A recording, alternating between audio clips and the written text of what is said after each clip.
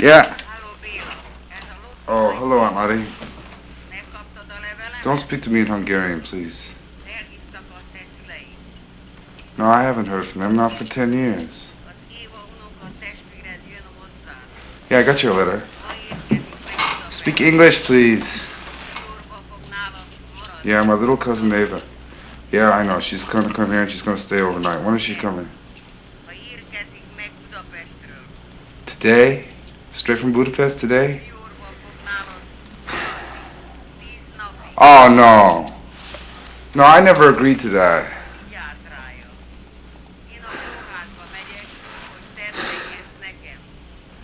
I can't possibly babysit for her for 10 days. No, look, it's disrupting my whole life. I don't even consider myself a part of the family. Do you understand? No, I'm sorry you have to go into the hospital. Yeah. Yeah. Okay, bye-bye. That's the voice of John Lurie from the Jim Jarmusch film Stranger Than Paradise. Opening up tonight's edition of the movie program on Public Radio KCBX, it's Take Two. And across the aisle from me, who would be a great character in a Jim Jarmusch film, it's the one and only Bob Whiteford. The only problem is I'm not a singer. He's always casting singers. And across the aisle from me, the incomparable czar of film, a man I am proud to say is my friend, Jim Dee. Jimmy, here we go. And what a show we have for you tonight. We have chosen the unique individual filmmaker Jim Jarmusch for tonight's subject on Take Two, mainly because his latest film starring Bill Murray, Broken Flowers, won the top prize of the Cannes Film Festival this year, and it's also getting a lot of acclaim. And Bob, you know what happened is I was thinking, wow, Jim Jarmusch has finally gotten the acclaim he deserves by winning the top prize for Broken Flowers.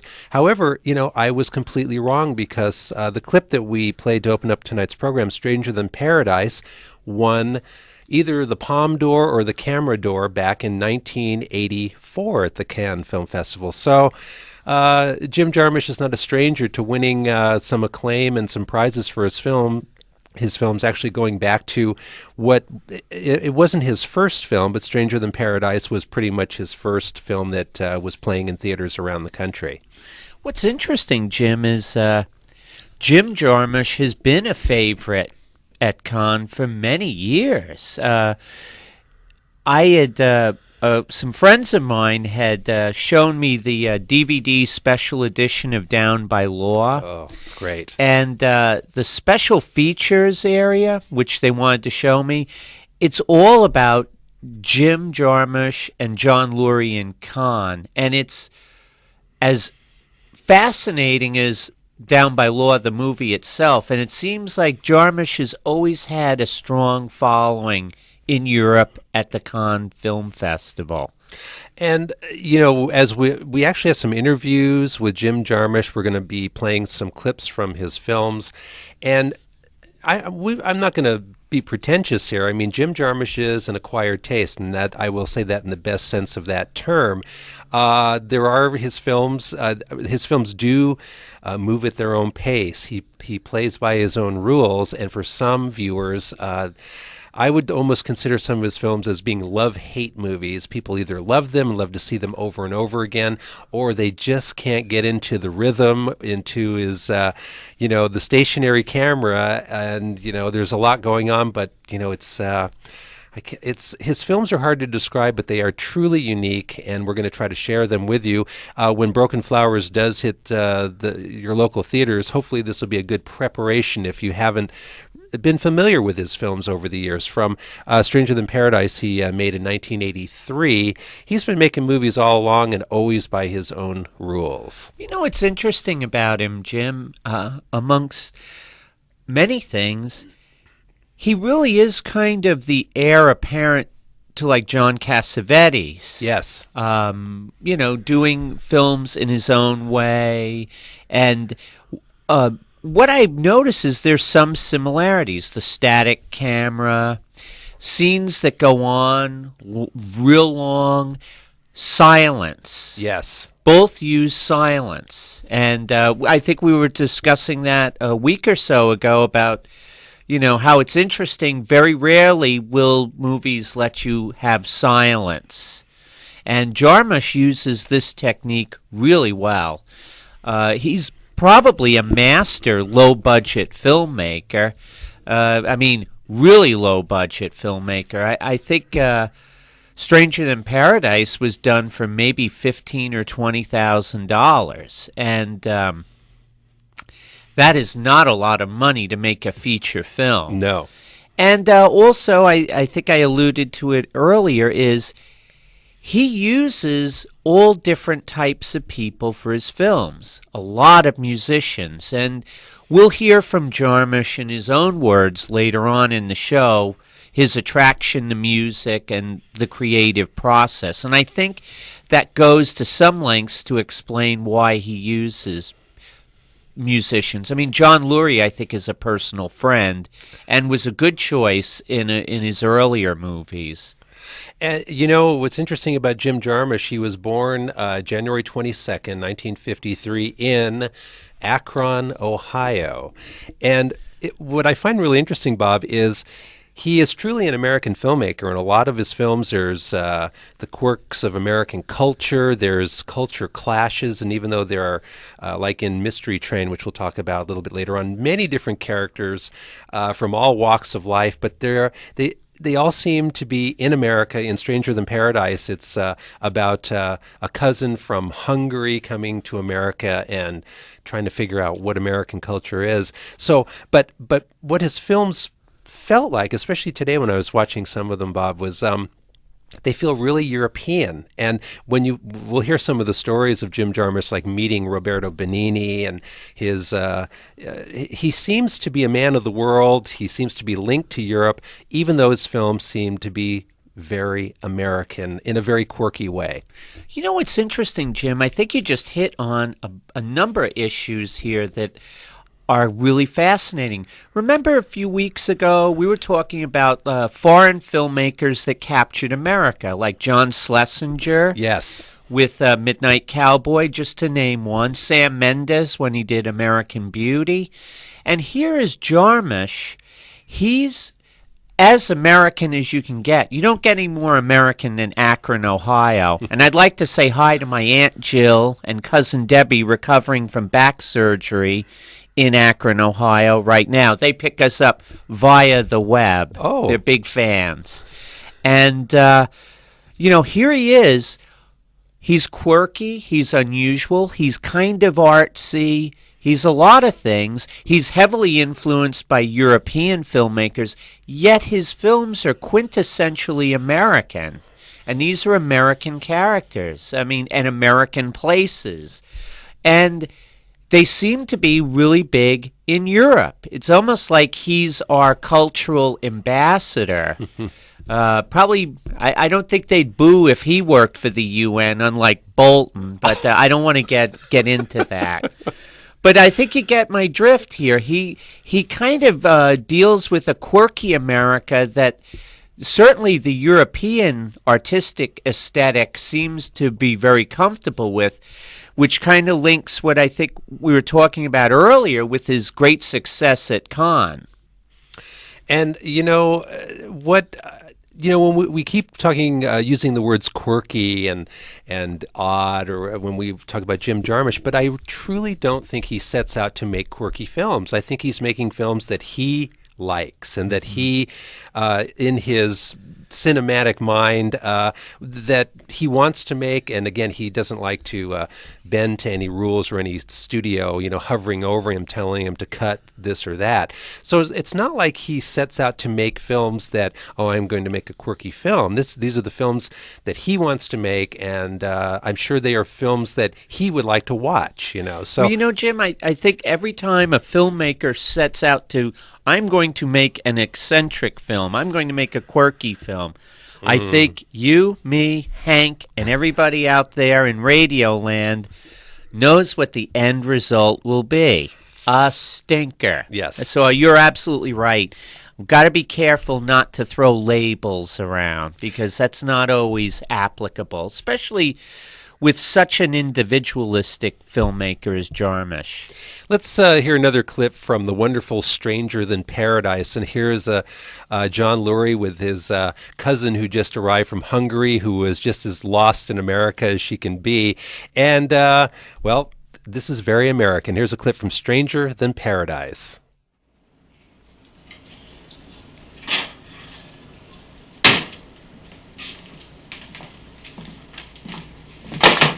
You sure you don't want a TV dinner? Yes, I'm not hungry. Why is it called TV dinner?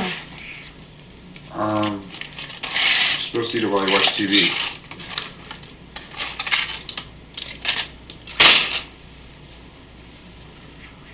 Television. I know what a TV is. Where does that meat come from? What do you mean? What does that meat come from? I guess it comes from a cow. From a cow? It doesn't even look like meat. Ava, stop bugging me. This is where we eat in America. I got my meat, I got my potatoes, I got my vegetables, I got my dessert, and I don't even have to wash the dishes. Hey, it's Paradise, or maybe Stranger Than Paradise, describing a TV dinner. But there it is. And, the other aspect of a lot of Jim Jarmusch's films, maybe not later on with Ghost Dog or maybe Dead Man, but there is a fine line that Jim Jarmusch has in his films where it's very funny but also dark, and I'm not even going to call it dark humor, but in the clip like we just heard, just talking about what a TV dinner is it's kind of sad, and it's kind of what word am I looking for? But it's also very funny. In Down by Law, which we'll be hearing some a clip from as well, Roberto Benigni is in jail, and he talks about how he got into jail. He killed a man, and it somehow treads this line of very funny, but it's also kind of sad, and I don't know how he does it, because I find myself laughing watching some of his films today, Bob. But it's an amazing thing that he does. It's not I wouldn't really consider these comedies, but I wouldn't consider them dramas either. It's Right. maybe they're just in a class of their own. Well, Jim, on that level, remember in Stranger Than Paradise, the scene where it's Lurie and his buddy and the Hungarian woman, and him and his buddy, I think, are wearing their pork pie hats, and she goes, "I want to see water." So they take her to like one of the Great Lakes. I believe the film was shot in Cleveland, so maybe it was Lake Erie or something, and it's frozen. It looks like they're in Antarctica, and it's ludicrously funny on one hand, and it's astonishingly, heartbreakingly bleak. Yes. On the other, Bob, and you've got them both. Oh, you said that perfectly. To describe the scene, I mean, the film is very stark, black and white images, and they go to see the lake. Hey, let's go see the lake, and then they're just staring off into this white nothingness, and There's it is nothing there. hilarious. That's what it's just. There's nothing, and it's like 30 below zero, and the wind's blowing, and again, he uses silence. Most of that scene, they're just kind of got their hands in their pockets, awkwardly shuffling around, kind of embarrassed and self-conscious, and they're freezing their tuchuses off at the same time. Yeah, what a interesting film. Also, as I recall, I think they were in New York to start with, or they were somewhere, and then they go to Cleveland. It's like, oh, let's go on vacation. And then I think they end up in Florida. It's kind of like this weird road movie, too. It is. But so the idea is, let's go on vacation, or let's go to Cleveland. And, of course, they want to break the routine, but the routine that they had in New York, they continue to do in Cleveland. They're around playing cards and, of course, looking at the frozen lake. And and in Florida. It's just like they just take their routine with them wherever they go. Yes. Well, we have some audio from Jim Jarmusch himself. Actually, this is from the Down by Law DVD with some really great commentary. And, you know, Bob and I can talk about Jim Jarmusch until we're blue in the face, but let's hear from Jim Jarmusch. Here he talks about ideas for the film he made right after Stranger Than Paradise called Down by Law, which had Tom Waits, John Lurie, and new to American audience, Roberto Benigni. And this story is about how he came up with the ideas for Down by Law, as well as how he met Roberto Benigni. Here is Jim Jarmusch. I wanted to write something for Tom and John because I liked watching them together, and we started hanging out, me and Tom, and John and Tom, and me and John and Tom. And I just thought they would be really good to put together as two characters that didn't quite get along. For some reason, I had this film, a Stanley Kramer film, The Defiant Ones, it's 1958. That has Tony Curtis and Sidney Poitier as two guys who escape from jail but are handcuffed together, or I forget if they're attached by the ankles or something, but they're stuck together. And there's obviously a whole racial element to that film that is not in Down by Law. But the idea of two guys being stuck together, escaping from prison, and not being able to really stand each other was sort of a beginning idea. And again, I had no intention of remaking The Defiant Ones, and I'm only mentioning it because it's only one small thing that I can remember that was somehow entered my head. But I had a vague idea of making some film with these two guys. And then I went to Italy, and a friend of mine named Enzo Ungari, a young Italian writer, had recently died, and his wife, Mareka, a Dutch woman who's a friend of mine, was pregnant with their child, and Enzo had died. And Mareka, who works sometimes at the Rotterdam Film Festival, was working for a small film festival in Italy called Salso Maggiore.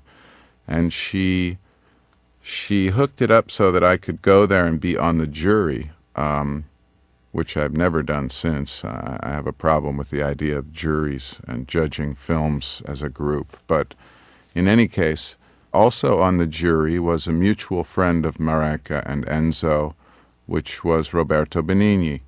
And I'd never heard of him before, except they had told me about him, but I wasn't aware of his work or anything. So Roberto and I were on the jury. The head of the jury was Robert Wise. I remember the film director Alan Tanner was also on the jury. And Roberto and I were sort of like the delinquents on the jury because we had to watch a lot of films, and we would be the two guys caught smoking cigarettes outside the theater by the director of the festival, who would, say, what are you guys doing? You're supposed to be watching films. And we'd run back inside. And but the thing is, Roberto and I became really close friends very quickly, and I spoke no Italian, and he spoke really no English at the time. So we communicated in really, really bad broken French, and we just couldn't stop talking about everything, literature and music and films and people we knew and different, adventures we'd had. And then after the festival ended, I went to Rome, and I stayed in Enzo and Mareka's house, and I actually wrote a treatment very fast for Down by Law, which incorporated this new character for Roberto. And then I went to Roberto and showed him the treatment, and I had to describe it to him, I think, in French. And he wanted to do the film. So the actual idea kind of gelled when I was in Italy. And I remember writing the treatment at Enzo Ungari's desk with a picture of him there. And so anyway, that's sort of where it started. And then I came back and talked to John and Tom, and then wrote an actual script, although a fairly short script. And that was really the beginning of the idea for the film. That's the voice of Jim Jarmusch talking about ideas for Down by Law, as well as the the meeting with Roberto Benigni, and Jim Jarmusch did introduce American audiences to Roberto Benigni back in when was Down by Law? 1986. 1986, and also a good director, keeping the lid on Roberto Benigni very well. And, Bob, I was watching Down by Law today, and it has sort of a timelessness about it. I really enjoyed it. And again, those long scenes. I mean, the camera just sits stationary, and here's John Lurie, Tom Waits, and Roberto Benigni, and the scenes just go on, and they're, well, later on we can hear from Jarmusch how he really likes to work with a script, even though it is kind of a rough blueprint, as he calls it, for his films. But there's such a freeness in his films. They almost seem like they're all kind of improvised, and it's quite a knack that he has for capturing what you would call hyper realism in a way, but also noting the DVD of Down by Law. Boy, it just looked gorgeous. The black and white images. We have Jim Jarmusch talking about black and white later, but it is just gorgeous to look at. Well, we can thank the good people at Criterion for that. A 2-disc special edition of Down by Law. And, it's interesting, Jim. I think Jarmusch is one of the last great black and white filmmakers. Or at least has the guts to do it. Exactly. Woody Allen's another. I mean, they do really terrific black and white films. In the case of Down by Law, the black and white cinematography really, because there's a lot of dead spaces where you're just looking at their faces.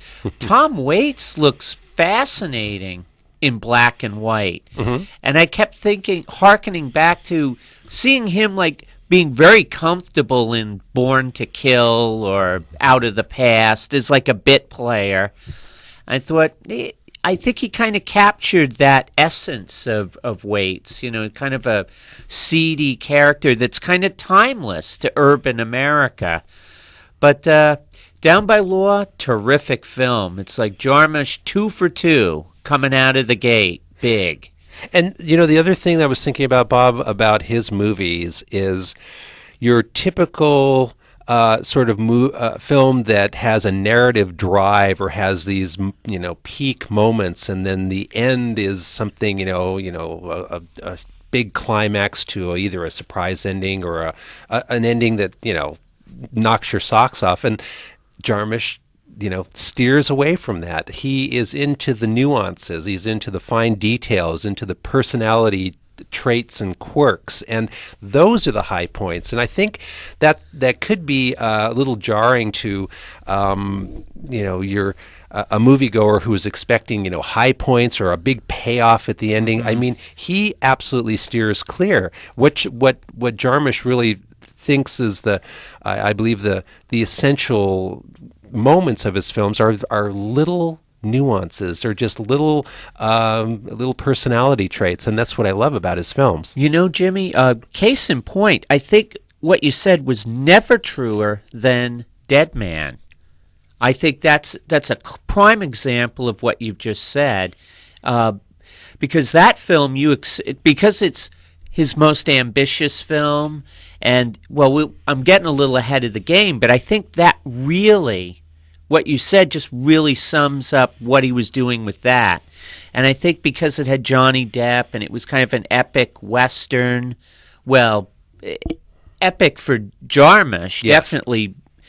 But, it lacked like a lot of that. The ending was kind of a little offbeat, and I think it threw some people because they didn't understand the point you just made. Well, I mean, the word I think I was searching for before is payoff. You go and see any film, and you're sitting there for 2 hours, and you want some payoff at the end, or boy, what was all this about? And I don't think Jarmusch thinks, wow, this is the point I'm going to make with this movie, or this is the universal truth I want to put out there. I mean, he doesn't even go there at all. I mean, The universal truth is as you're sitting there with these characters and just sort of being with them, that's the payoff. Yeah, the universal truth is the lights come on, and, like in life, it just seems to go on and on and on. It doesn't, There is no grand payoff. Well, I don't think, anyway. We have a clip from Down by Law. This is, the three characters have busted out of prison, and they were having a rough adventure in the bayous of New Orleans, and now they found refuge in a little like a diner where, maybe I'm telling too much, but not really. Roberto Benigni has found his love, a woman who speaks Italian, and at this point in the film, the three characters who have been through hell and high water are starting to split apart. So here is Roberto Benigni, his new girlfriend, and they're saying goodbye to Tom Waits and John Lurie in Down by Law. If you follow this road, you will come to a place where it becomes two roads. On the right will go east, on the left will go west. No. On the right will go west. No, I'm not sure. Anyway, there is a sign to tell you. It's all right. We'll figure it out. It's okay. Thanks for everything. Yeah, thank you. Goodbye. Goodbye. Yeah. And Yeah. take care of Okay, Bob. yourself. I will. Goodbye, Bob. Yeah.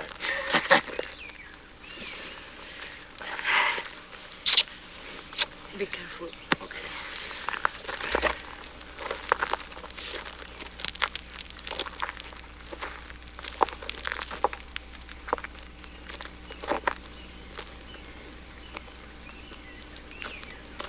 Don't forget to write.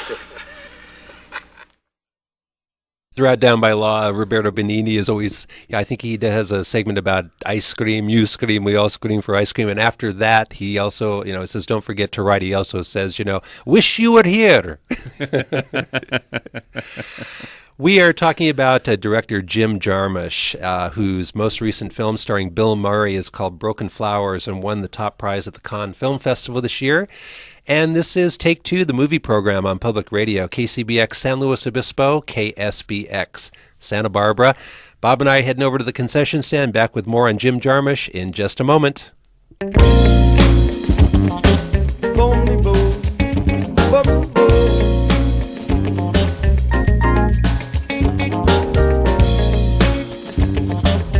wanna go to the movie show, me and my baby. Come on, let's go. On to the movie show. Let's go.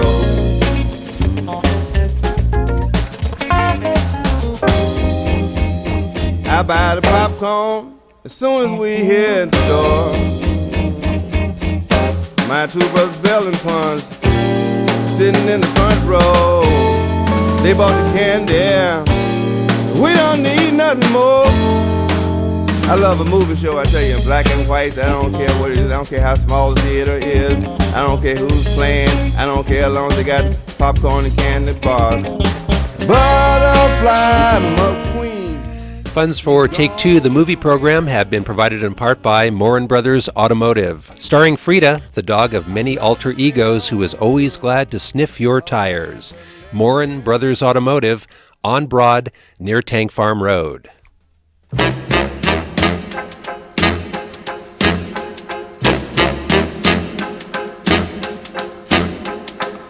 I put a spell on you.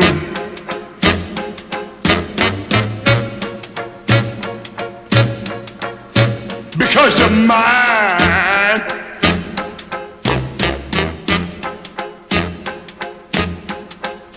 Stop the things you do.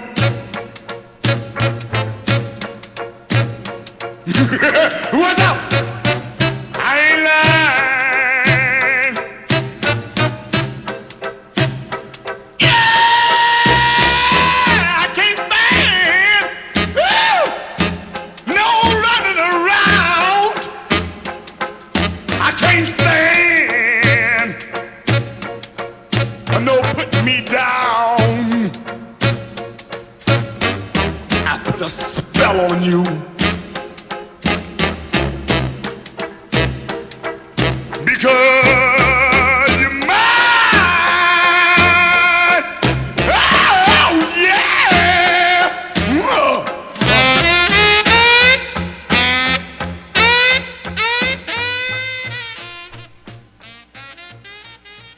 Music is often like a starting point for me. For me, music is the most, I don't know, the most beautiful form of expression on this planet, because all cultures have music. And sometimes when I get really depressed about the state of humanity and how they treat each other and just the state of the world, I try to remind myself that all cultures have music, and humans are musical, and therefore that expression somehow saves me sometimes. And I love music from all over the world and all types of music, although I have very particular tastes, but I'm not like hierarchical. There's no genre that I prefer really over any other. And within any genre, I can find music that somehow speaks to me. I often start with music for inspiration while just dreaming up a film or arranging ideas that I have. Film itself is musical. It's almost an extension of music, or related to music, certainly, because unlike other forms like fiction or prose or a painting, these don't have a time frame. They don't supply you with a rhythm or time or sense of time. And film is like music in that it passes before you, in front of your senses, with its own rhythm and its own sense of time. So music's really related to film for me, although film, what I love about the form of films is that it incorporates so many things: composition and design and rhythm, acting, photography, theater to a certain degree, and literature. All of these things are kind of wrapped up in filmmaking. And I love all those other forms. I love all kinds of human expression, whether it's painting or design or anything. But to me, music is somehow the one form of expression that transcends language. It somehow goes the most directly, like, right into my heart. In the case of Down by Law, I think my interest in music, certain types of music, was an impetus for the film, in that I'd never been to New Orleans before writing the film, but I had a very strong sense, maybe an abstract or maybe inaccurate sense, of New Orleans from its musical culture. And it's really like the heart of American music, or certain forms. Certainly jazz came from New Orleans. There is the Louis Armstrong Park in New Orleans that used to be a place where slaves were permitted to go there on Sunday and do whatever they wanted. It was like a free place for them. And a lot of mixtures of African music and indigenous music and different types of music, marching band music, Western music, all kind of got mixed together there, and it was sort of the birthplace of jazz. But I love jazz, but I was really drawn to R&B and blues, and was listening to, Professor Longhair, Earl King, Benny Spellman, Ernie Cato, Irma Thomas, the Nevilles, the Meters, Johnny Adams and Walter Wolfman Washington, Alan Toussaint, Dr. John, just such a wealth of music from New Orleans. So that kind of inspired me to want to write a story that would get me there and use New Orleans as a location. So I actually wrote Down by Law, having never actually been to New Orleans, but having been fueled mostly by this kind of R&B stuff from the 50s and 60s. That's the voice of Jim Jarmusch commenting on his love of music. And just prior to that, the incredible Screamin' Jay Hawkins with a tune that I will always think of synonymous with Stranger Than Paradise. That was a tune that Eva, the cousin from Hungary, loved, and she kept on playing it. And John Lurie didn't like it, as I recall. It's, get that stuff off, it's horrible, And I love his comments. I mean, he's really a man of the world artistically, not only film, but he embraces all art, and boy, he really is into music. And as you mentioned, Bob, So many of his films have musicians as actors. And I think it's fair to say that I think we may have hit on what he was trying to do. I mean, let's go down the list. Stranger Than Paradise featured John Lurie of the Lounge Lizards, a terrific kind of nightclub band, a cult band from the 80s. Down by Law, it's John Lurie, and of course the immortal Tom Waits. Mystery Train, the next movie we're going to discuss, it's about Elvis Presley. It's also about the city of Memphis, and it's got a very rich music tradition. And it features Joe Strummer in a big role and Screaming Jay Hawkins. Yes. And that's just to name a few. There's probably a few others in there that I forgot. But music and cinema synonymous with Jarmusch. Yes, and he does it very well. In fact, his next film after Down by Law in 1989 was Mystery Train. And it was interesting, Bob, today when I was watching both Down by Law and Stranger Than Paradise, and then we moved to Mystery Train, which was in color. For some reason, when I saw it in the theater, I didn't remember the colors really jumping out at me. But in Mystery Train, the color schemes are really rich. It's a beautiful film to look at. His colors are... I didn't remember them being that, popping off the screen, but it's really a great film to look at. It's very vivid, like the old Technicolor films of the 50s. It's almost unreal in the color. I mean, the Japanese tourists, a couple who are going to Memphis, sometimes they're wearing, she wears like some red shoes or something that are so loud. I mean, they just pop right out at you. And it's interesting that he chooses young Japanese tourists as kind of his protagonists of this film. They don't speak any English at all. It's all about the love of music and the legend of Elvis Presley that's bringing them to Memphis, to a seedy hotel run by Screaming Jay Hawkins. And what's interesting is they come in by train, and it's got a kind of grittiness to it as well. Just the urban landscape in general is gritty. I mean, most train stations are in cities where they're a bit run down.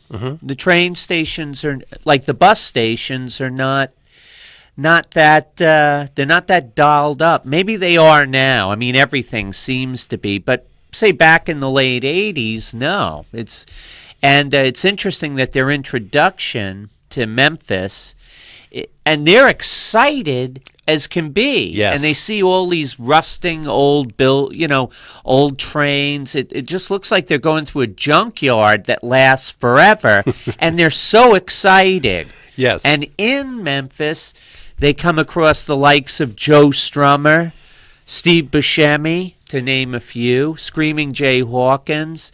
This was a fun movie. I got a kick out of it. I actually saw this at an all-night theater in San Francisco back in 1989 with a buddy of mine. We were out on a toot, and we had nowhere to go. We were out too late, and we couldn't quite get back where we were going to stay, so we ended up watching Mystery Train all night long. It would be great to watch this movie at 3 a.m. Oh, absolutely. It seemed right being in a theater at around 3:45 a.m. and watching this movie. It was perfect. Here's a short clip from Mystery Train. This involves Steve Buscemi, who is shall we call him a reluctant barber. This is from Jim Jarmusch's Mystery Train. You know what? I saw on the television the other day where those Chinese over there in China, they all want to eat macaroni and cheese. And don't you think that kind of odd, what with all the Chinese food they got? Yeah, I didn't hear about that. I guess I must have missed that program. Like I said, I was just passing by. I saw you was in here cleaning up, and it just sort of hit me. How's about a haircut? It's the first one I ever had at nighttime like this. Well, listen, I usually don't cut hair at night, so next time you come back during the daytime, okay? There you have it, Bob. I mean, there's a Jarmusch moment, because when was the last time you were at a barbershop at night? Probably longer than I was at since I've been at an all-night movie theater. I don't even think they have those anymore. And if I recall, Jim, a lot of this film takes place at night. Yes. It's kind of that neon netherworld, a kind of an outer worldly feel to it. Mystery Train, highly recommended. And another word to describe Jarmusch's films is mood. He creates a mood with visuals, with these characters, with seemingly a loose script, and to experience a film again, you aren't going to get those payoffs and those big denouements, as they call them, but it's more of a mood, and you sort of get into this into the mind of Jarmusch when you watch his films. Let's move on. The next film of Jim Jarmusch has a very interesting premise. The film is Night on Earth, and it was made in 1991. The so-called gimmick of this film is there are 5 stories, and they all take place at exactly the same time, and they all involve cab drivers. And the other thing, Bob, in going through some of these films is the stars that Jim has worked with. I mean, I had forgotten that Night on Earth had Winona Ryder and Gina Rowlands and another great performance from Roberto Benigni. Sorry, Hank, we didn't get that clip that Hank wanted with Roberto Benigni, but the Roberto Benigni segment in Night on Earth is pretty amazing. But most of it takes place in cars, moving cars. And what's nice also about Jarmusch is the what's called process. When you see a film and they're sitting in a car in a studio and they're shooting a film behind them, as of a road going by.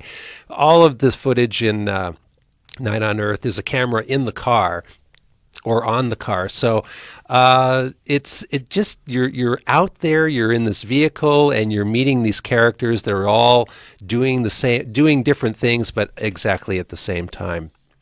Here's a scene from Night on Earth, and this is Winona Ryder, who is the cab driver, and a stunning-looking Gina Rowlands. And there is a little bit of silence in this clip. We had to edit out some language, so your radio isn't going kaput or anything. For your protection. Here is a clip from Jim Jarmusch's Night on Earth. Okay, that'll be $33. Okay. No, keep the change. Listen. Thanks. Could I ask you something? Now, this is going to sound a little crazy to you, but, well, I'm a casting agent. That means that I go out and I find people, for really big movies. And I've been observing you, and I honestly think you have something special. As a matter of fact, I'm casting a part right now that I think you'd be perfect for. This is a terrific part. You could be a movie star. What, like right now? Well, yeah. Yeah, I really wouldn't want to do that, I mean, I have a job. I really wouldn't want to lose this. Understand, right? Well, let's not be hasty.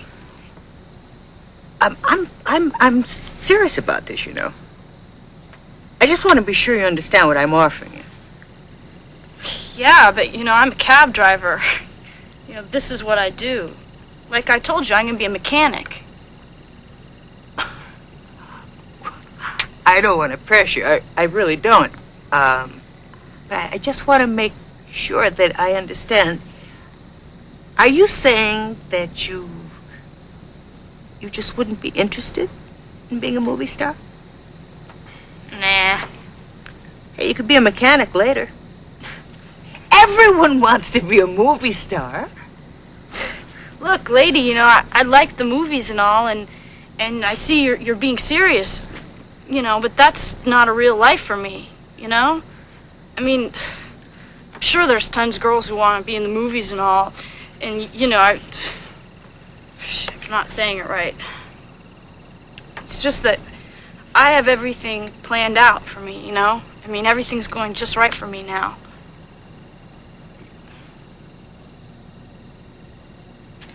But you can't beat that, can you? Nope. Now, the question is, Take Two listeners, if you're doing your job or you're driving a cab and a stunning Gina Rollins is in the backseat and says, boy, I've been watching you and you've got talent and you want to be in a big movie, what would your reaction be? Not for me. So that Night on Earth, very interesting film. We're talking about drama in cars and comedy in cars, and I thought it was a fascinating film. I liked it a lot. Whatever happened to Winona Ryder, Jim? She hasn't made a movie in years. Well, she got in a little bit of trouble, you know. Maybe she's got to let that wear off a little bit. Who knows? Wow, who knows? But she's great in Night on Earth. Let's move ahead to one of the quirkiest Westerns ever made, Dead Man. It's from 1995. What a cast in this movie. We've got Johnny Depp. We've got Robert Mitchum. We've got John Hurt. We've got Iggy Pop.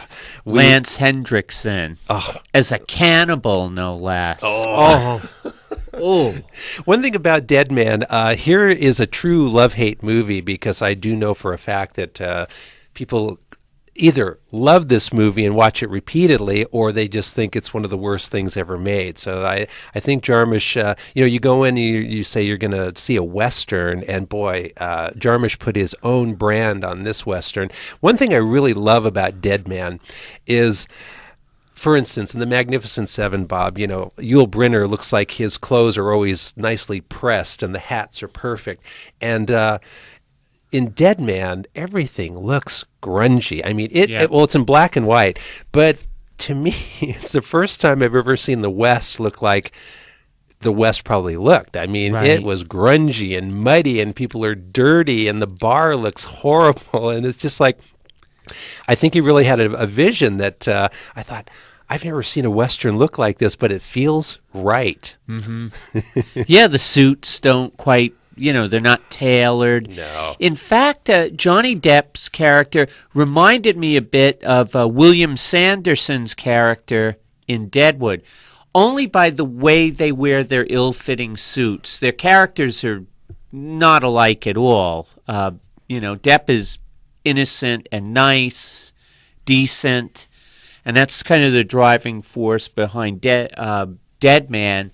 In Deadwood, William Sanderson, he's conniving, he's evil, but their suits, the ill-fitting suits, when I saw Deadwood, I thought that Johnny Depp looked like that. And I think it kind of backs up what you were saying, because you can certainly say the new show Deadwood kind of captures the West maybe really the way it was, not unlike Dead Man did as well. It wasn't all clean, and it's quite the opposite. Quite the opposite. Gabriel Byrne is also in Dead Man. And you hardly recognize him. He's here's one of the most elegant-looking leading men around, and he looks kind of grungy, and it was great seeing Mitchum in this. I think it may be the last or one of the last things he ever did. And it was good seeing him in it. We've got a clip from Dead Man, and this is Johnny Depp, who actually plays a character by the name of William Blake, and he is approaching John Hurt. Johnny Depp has been traveling for 2 months for a job as an accountant, and this is what happens in Dead Man.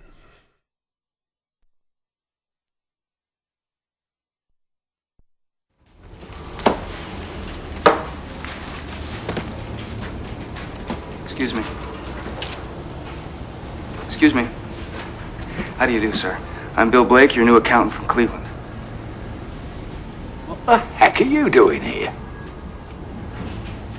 Well, I have here this letter, which confirms my position here. Oh, this letter is postmarked 2 months ago. Makes you about a month late. This here is Mr. Olafson. He's our new accountant.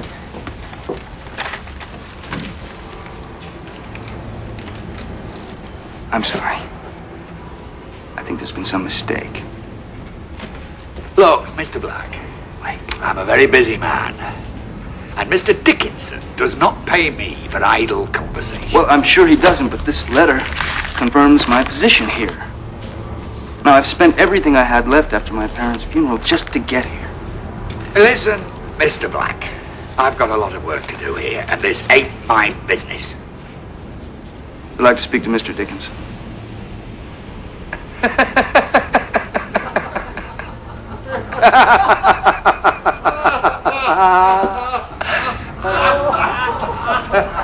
No, I don't think you want to do that. I insist on speaking to Mr. Dickinson, sir. You insist? I insist. You insist? Yes, I do.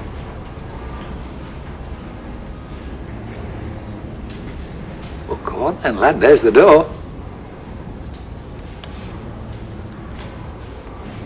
All right, then. Go on, then! Well, I will.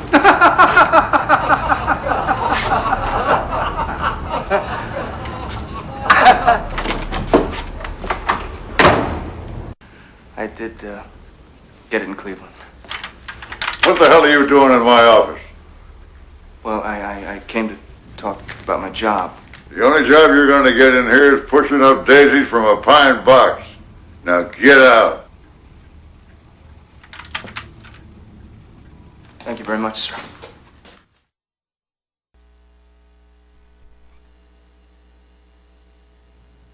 When I first started imagining the film, I just imagined it in black and white, a certain type of black and white. And again, it's an intuitive thing. I always do that with every film I've made. I have a certain sense of it being black and white or color, and a certain sense of what type of color and what type of black and white. And Down by Law always was black and white in my head. I don't exactly know why. It's a different look than the previous film that I had made, Stranger Than Paradise, which was very grainy and had a lot of a kind of gray quality to it. And Down by Law has a much more snappier, rich blacks and a very, very wide spectrum on the gray scale of different grays. And black and white gives you less information, and for me personally often opens up your imagination a little wider, because you're not given everything, so you imagine it in terms of color fields and stuff. So it sort of goes back to talking about the film in a way as a kind of fairy tale. I just felt that black and white from the very beginning was more appropriate to this story, and to make it more a realm of one's imagination somehow. Talking about his choice of black and white or color in films, and Dead Man, the clip prior to that with Robert Mitchum, Johnny Depp, and John Hurt, was in gritty black and white. So, a very interesting film. You know, we're almost out of time. We do want to get a little bit more of Jim Jarmusch's words in here, but we do want to mention another great actor. We need to do a show on Forrest Whitaker. Oh, Bob, absolutely. because he's wonderful. He's usually under the radar, but he appeared in Ghost Dog, The Way of the Samurai, Jarmusch's kind of gangster thriller with a samurai sensibility, unlike you've ever seen a samurai sensibility. It's really a very interesting film, and the color schemes in this film are very interesting. Lots of silence. There's also this samurai code, which gets a little wacky throughout the film, of Forrest Whitaker's Code of the Samurai. So Jarmusch made Ghost Dog, The Way of the Samurai in 1999. And we do want to leave you with words of Jim Jarmusch, but we just want to tell you we recommend his films highly. It's great to have a director writing and creating films that are as absolutely unique and individual as Jim Jarmusch, and we congratulate him on winning the top prize at the Cannes Film Festival this year for his film with Bill Murray called Broken Flowers. And I think, Jim, we should just sign off with Jim Jarmusch in his own words talking about film. We'll see you next time on Take Two, and thank you for listening.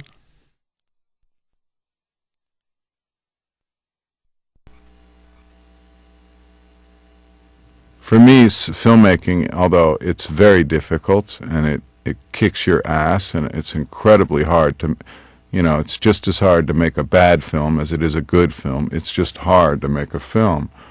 But it comes from a kind of place of joy for me and not of trying to change the world or express something really deep inside you. It's more just trying to follow your instincts and the things that, are moving to you. And to me, those are often mundane, ridiculous things, small things, not big dramatic things. It's really interesting to me. I've read reviews and even occasionally like dissertations on some of my films that really surprise me because they find all kinds of things that are connected, that are referenced, and half of them I never consciously thought of.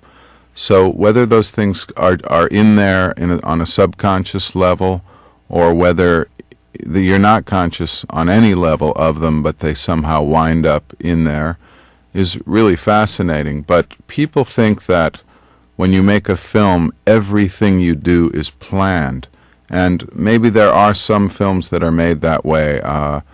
Alfred Hitchcock, of course, is famous for storyboarding every single shot in the film.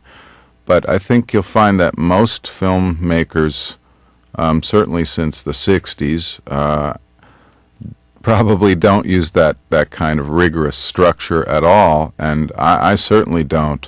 I consider the script to be a kind of blueprint, and it gives you like the shape of the house that you're going to build, but it doesn't really tell you where all the windows are or what the decor looks like or what color the paint on the wall is, or, it's kind of a vague idea of the story. And I need a script. Some directors amaze me that have no script at all, which I kind of wish I could work that way, but I just can't. I like to have a story that is my departure point, and I try to follow its structure.